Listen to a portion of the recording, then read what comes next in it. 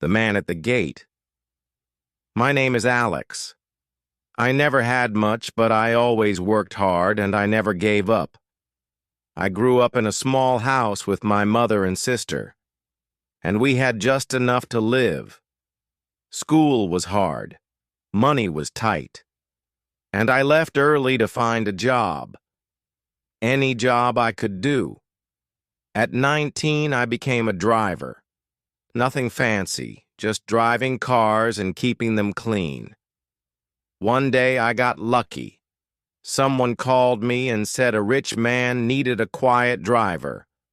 I wore my best shirt, fixed my hair, and stood at his gate, nervous but full of hope.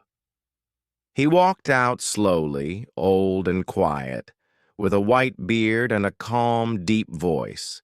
He said, "You're young but polite. I'll give you a try. Just don't speak too much."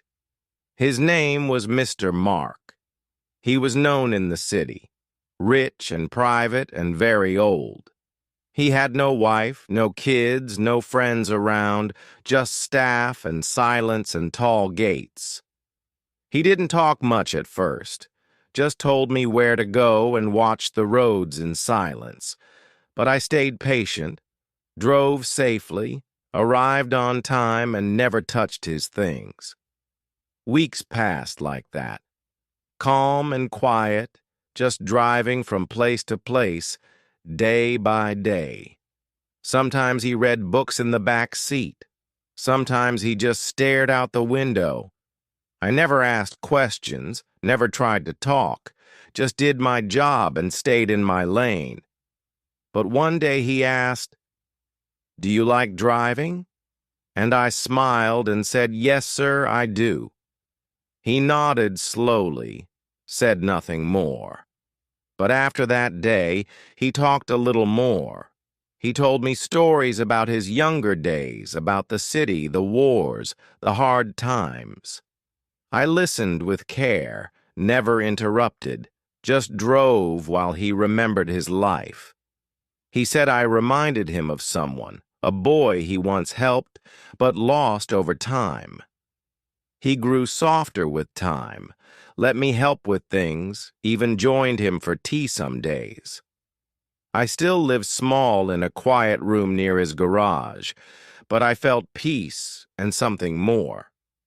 I had no father, no older brother, but somehow he filled both roles with his silence. He never said much, but in his own way, I think he liked having me around. One evening he said, "You're honest, Alex, and that's rare. Don't ever lose it." I said, "Thank you, sir," and meant every word because his words meant a lot to me. I never thought of money, never thought of reward. I was just glad to be trusted. But I didn't know that trust would one day change everything I knew about life. The days went quietly. The sun rose early and I waited by the car, ready to drive.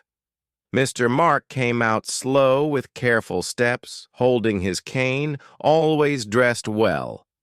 He nodded to me each morning, his eyes tired, his voice low, but still strong inside. We didn't talk much at first, but I could feel respect, quiet and steady like the wind. He started asking small things like music in the car or a quick stop for coffee. He told me how he liked things, soft music, clean streets, and no noise from crowds.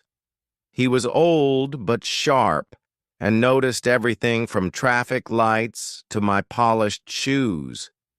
He never smiled big, but I saw it in his eyes when I opened doors or gave him tea. One day he looked tired, leaned back in the seat and said, "Alex, stay close today." I stayed near the car, watched his steps, helped him carry his bags, walked beside him. He sat on a bench under a tree and told me this place was where his wife once sat.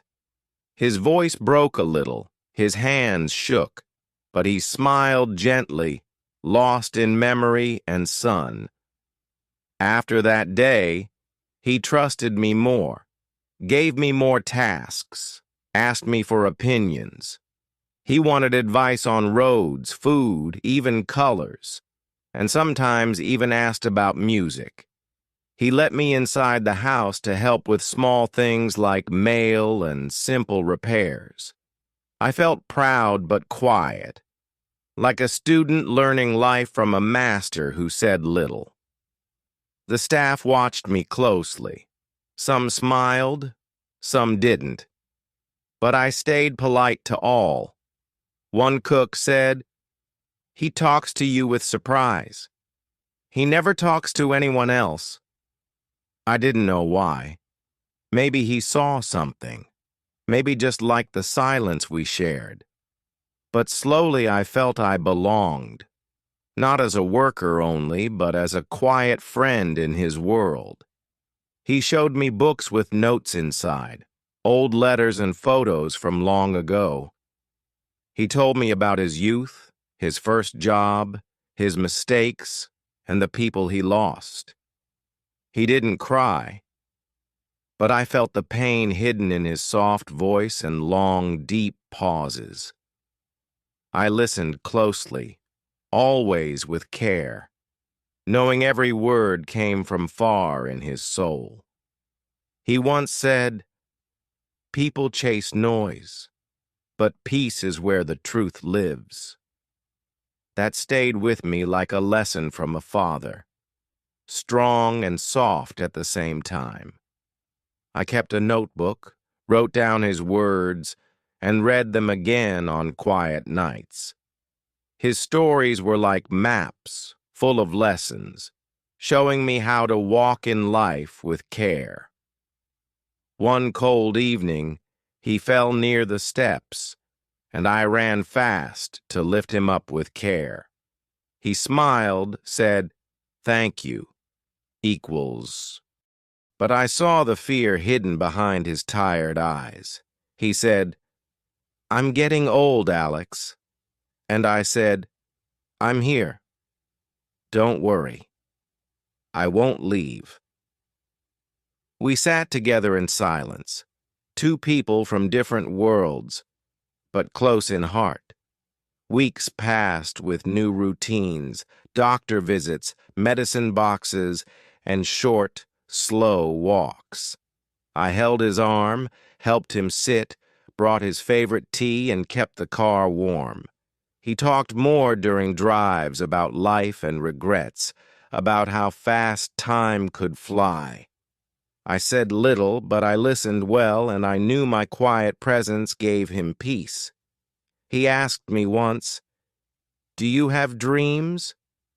And I paused, not sure what to say. I said, "A simple life with respect, with peace, and a family one day." He nodded, smiled slightly, and said, "Good dreams, strong dreams, worth chasing." He looked out the window as if seeing something far, something time could not erase. I cleaned the car each day, polished it twice, even if we didn't go anywhere. He noticed every detail, every corner, and said, "You treat this car like gold." I said, "It's yours, sir." And he said, "But you treat it like it's yours, too." That sentence stayed with me, deeper than gold, stronger than any other gift. I didn't know what he was planning. I just kept doing my best every single day. The days grew slower. He walked less, but we still sat outside when sun was soft. I brought him books, old music, warm soup, and stories I thought he might enjoy. He smiled more now, even laughed a little, and I felt lucky just to see that light. One night he called me late, asked me to sit, and handed me a small blue box. Inside was a watch, old and silver, with letters carved inside and a quiet weight. He said, "This was my father's. Now it's yours because time belongs to those who care." I didn't know what to say. My hands shook, and all I could whisper was, "Thank you." He said, "You are like the son I never had." And that broke something in my heart. I never thought he felt that. I was just a driver, but somehow more now in his eyes. I said, "You've been like a father, too." And he nodded, silent and full of meaning. That night, I didn't sleep. I watched the stars and thought of how life quietly changes. Mr. Mark began to walk slower each morning, and his voice turned soft and tired.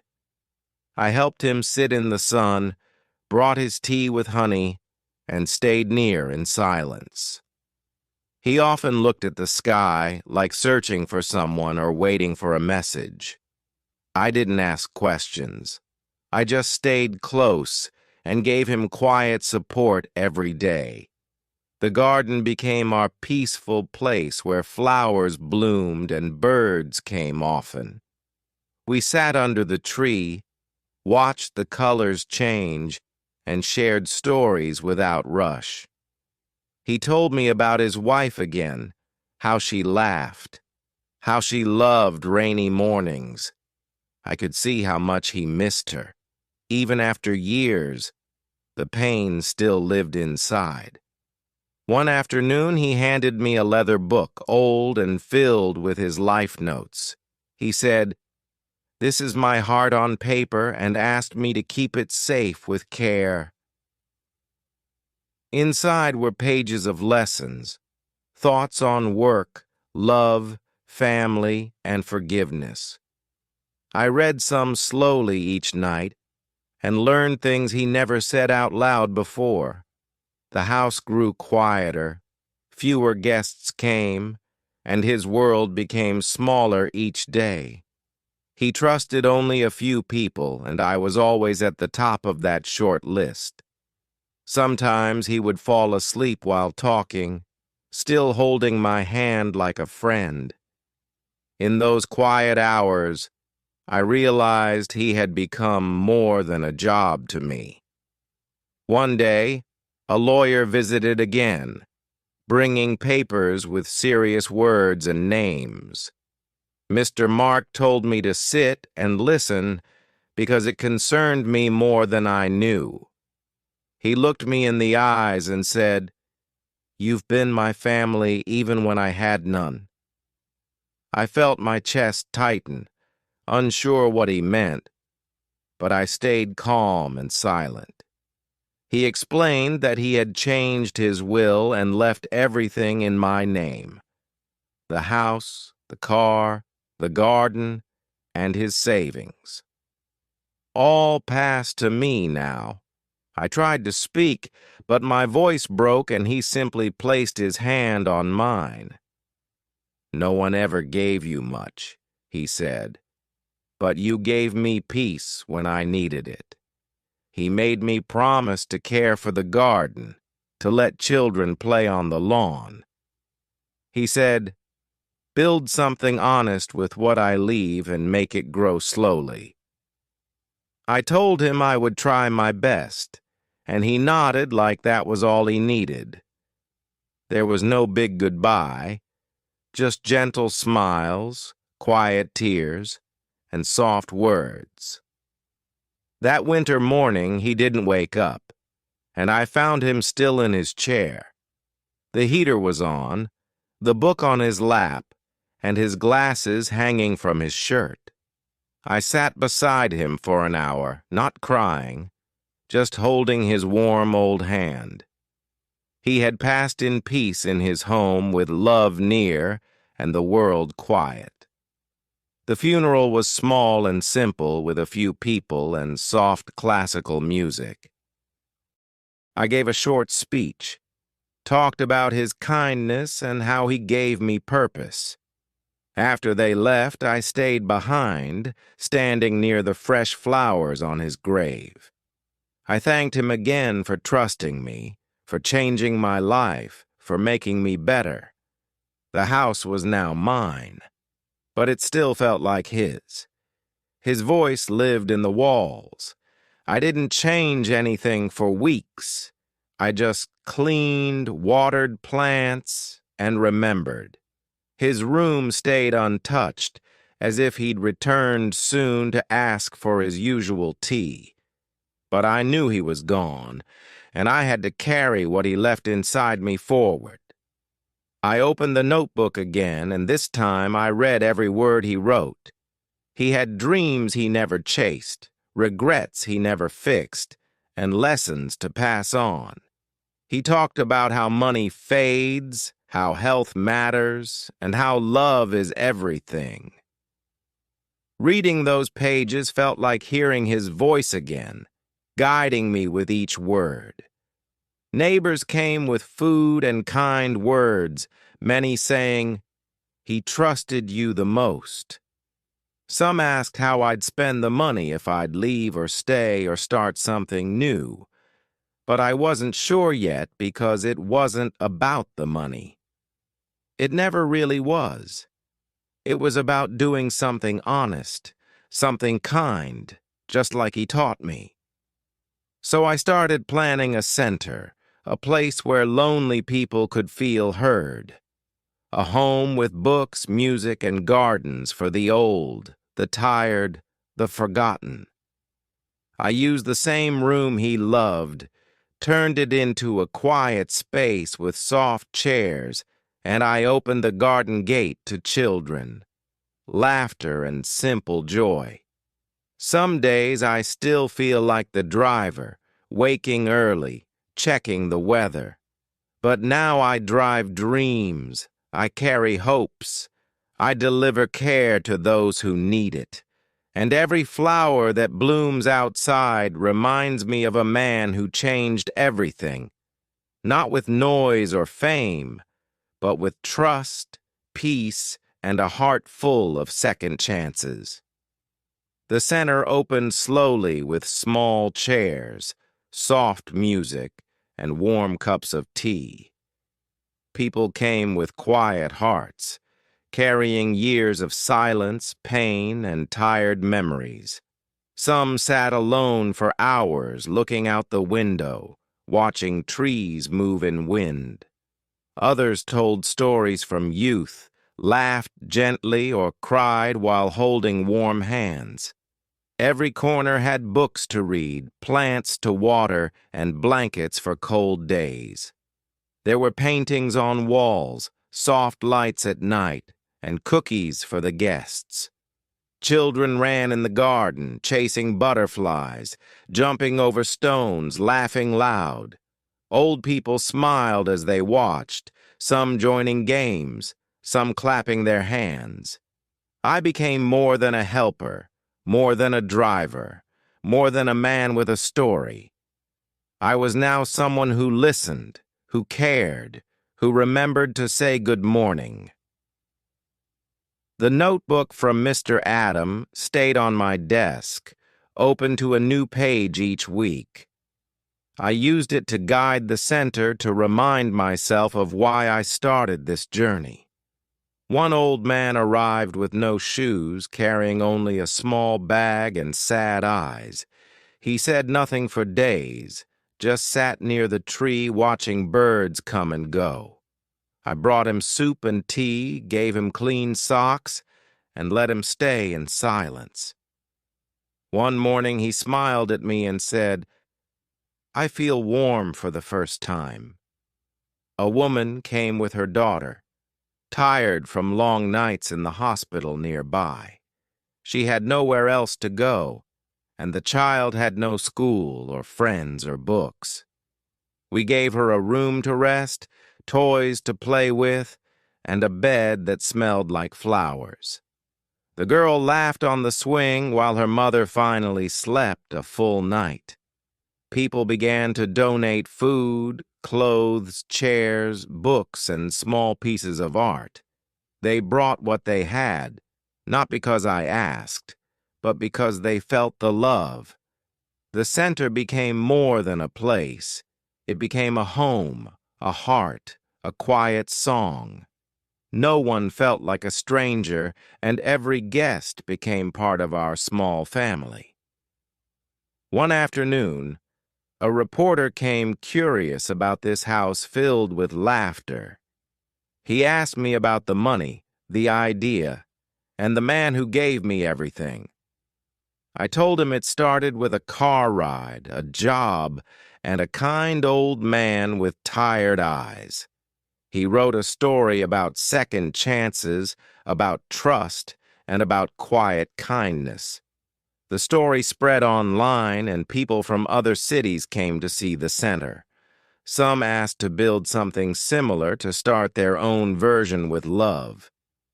I shared the notebook with them, the parts that guided me every step of the way.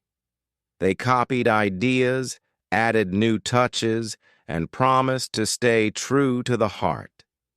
Soon we had visitors from everywhere, teachers, artists, nurses, and old cooks. They all gave time, care, and skill, and helped build new rooms and bigger gardens. One man painted a wall with bright colors, writing words like hope and peace. Another woman made quilts for every chair, each stitched with someone's name. I still woke up early each day, made tea, checked lights, and watered the flowers. But now I did it with purpose, with pride, and with a deep, steady joy inside. Mr. Mark would be proud, I think, to see how much good came from his gift, not just in money or land, but in the way people found each other again. One boy said, "This is the first place where no one laughed at my stutter."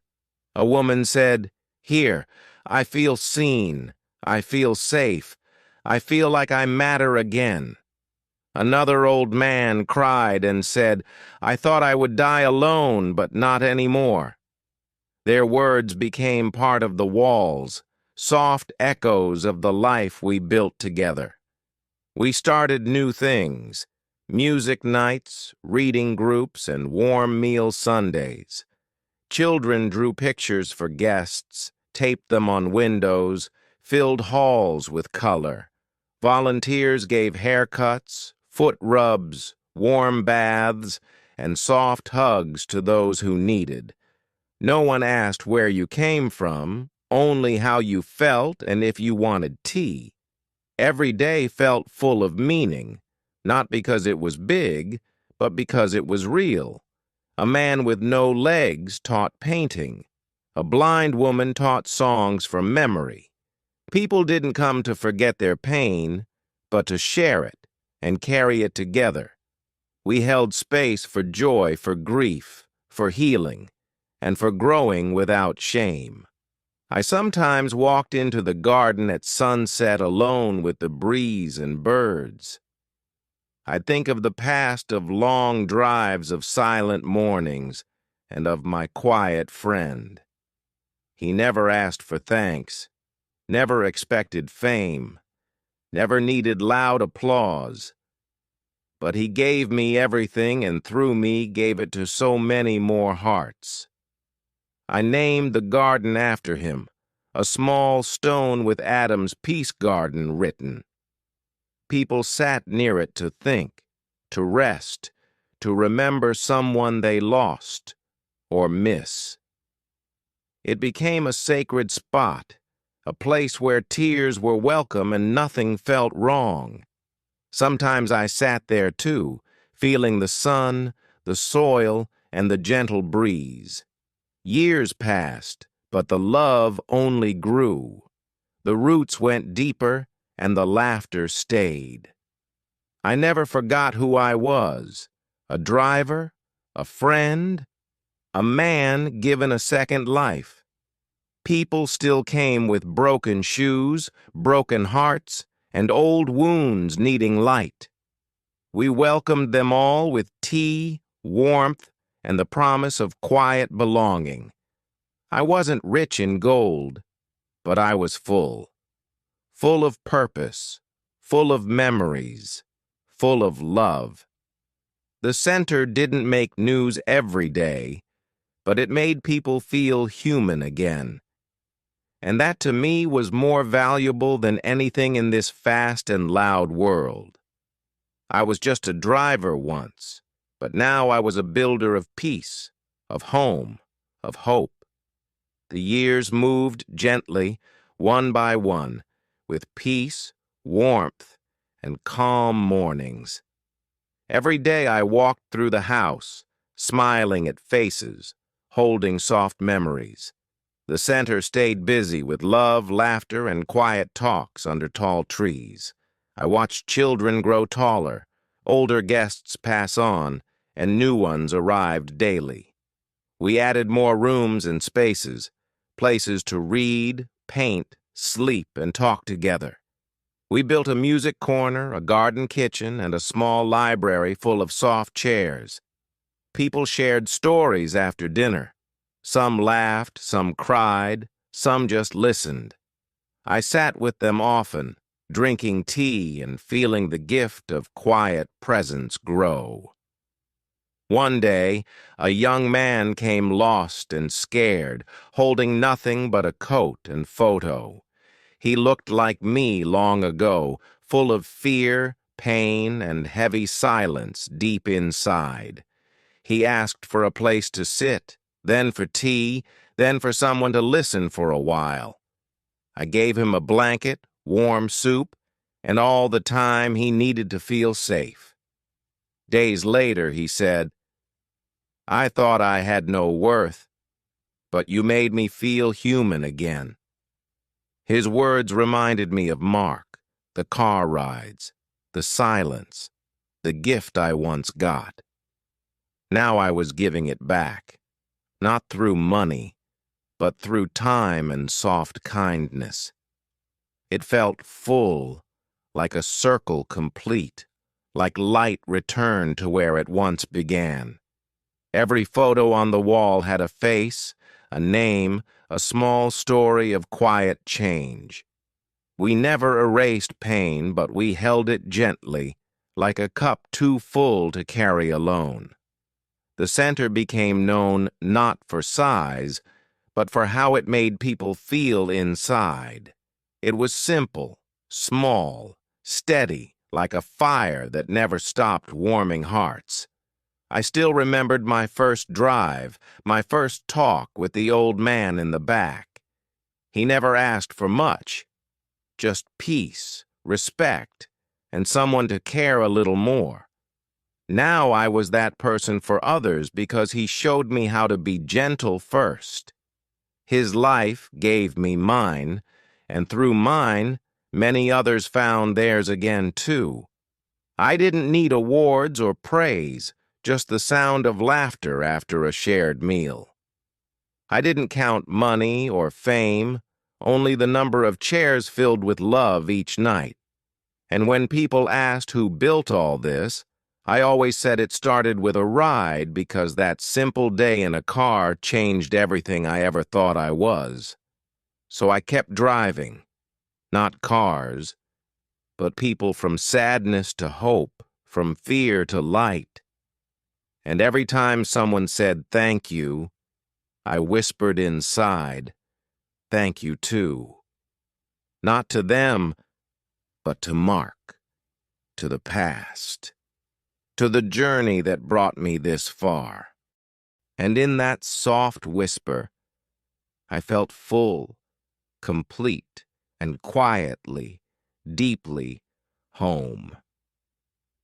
Sometimes the people we serve become the people we love, not through words, but through years of quiet loyalty.